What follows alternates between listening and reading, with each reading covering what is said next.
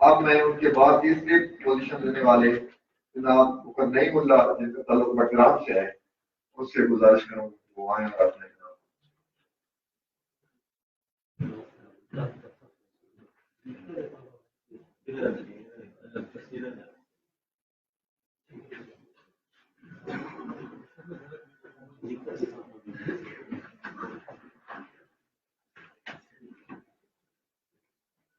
آگے بڑھتے ہیں.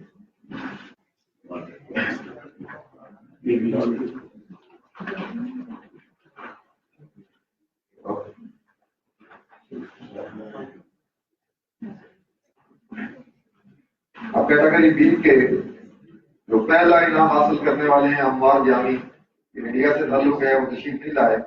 اب دوسرا انعام حاصل کرنے والے سیف اللہ قادری جن کا کوئٹہ سے تعلق ہے ان سے میں گزارش کروں گا کہ وہ اس پہ لائیں اور اپنا انعام حاصل کریں.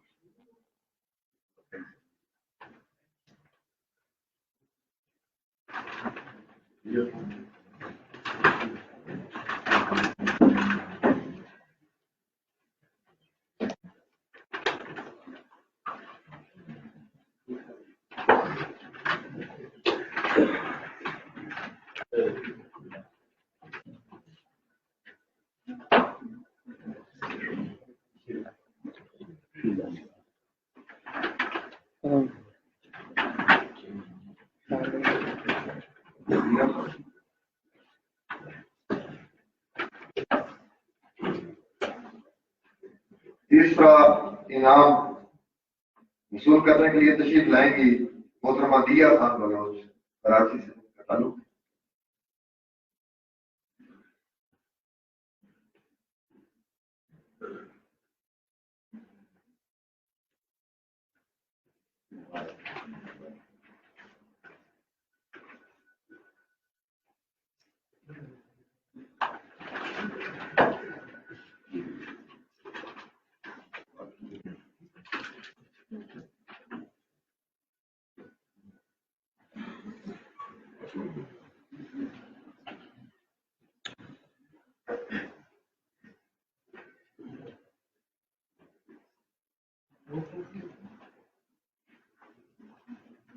اب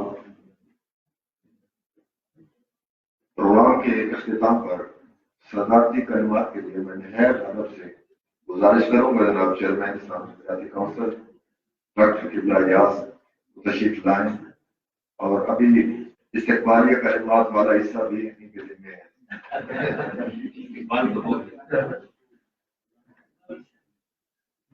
نحمده ونصلي على رسوله أعوذ بالله من الشيطان الرجيم بسم الله الرحمن الرحيم. میرے لیے ایک میزبان کی حیثیت سے یہ لمحات بے انتہا امتنان اور تشکر کے لمحات ہیں کہ میں آج کی اس تقریب کے منتظمین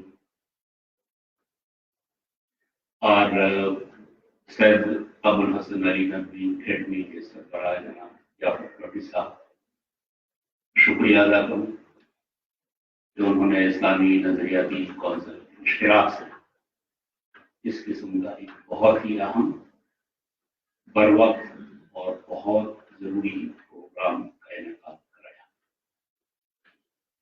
جو ہمارے مہمانان گرامی ہیں جنہوں نے اس عظیم اسکالر کی فکر پر آپ کے ساتھ تبادلہ خیال کیا گفتگو فرمائی. جناب علامہ حضرت مولانا زاہد الرشید صاحب بین الاقوامی مفکر اور ہمارے لیے فخر اور سرمایہ جناب احمد جاوید صاحب اسلامی نظریاتی کونسل کے ممبر. ہم ان سے ہر اجلاس میں نئی چیزیں سیکھتے ہیں.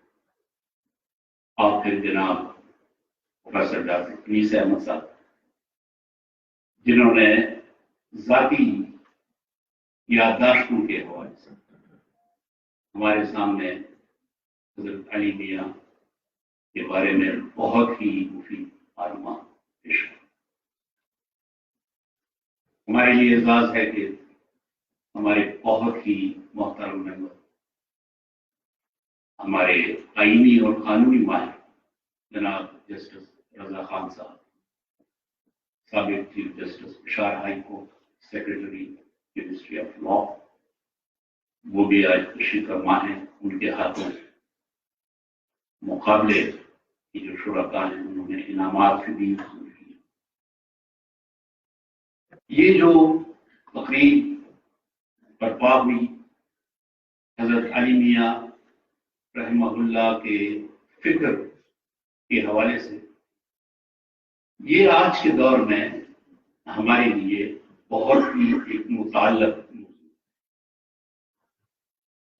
کیونکہ پوری اسلامی دنیا میں بالخصوص جو افکار کے تاثر کے نیچے ایک ارتعاش کی کیفیت ہے، اس ارتعاش کی کیفیت میں اہل علم کے لیے اس بات کی ضرورت بہت بڑھ گئی کہ وہ یہ دیکھیں کہ اس پورے بحران سے مخرج کیا ہے، کس طریقے سے ہمیں نکلنے کا راستہ چاہیے، اور کس طرح آج کی اس بعد از عالمگیریت دور سے جو ہم گزر رہے ہیں اس میں ہم مسلمان اپنے لیے کس قدر اور کس طریقے سے اپنے لیے اسپیس بنانے کا امکان رکھتے ہیں. پوری صدی کا قصہ ہے، انگریز استعمار کے آنے کے بعد اور اس سے کچھ پہلے جب مسلمانوں کے زوال کی کیفیت تھی تو اس قسم کے افکار نے اٹھنا شروع کیا جن کا تسلسل آج بھی جائے.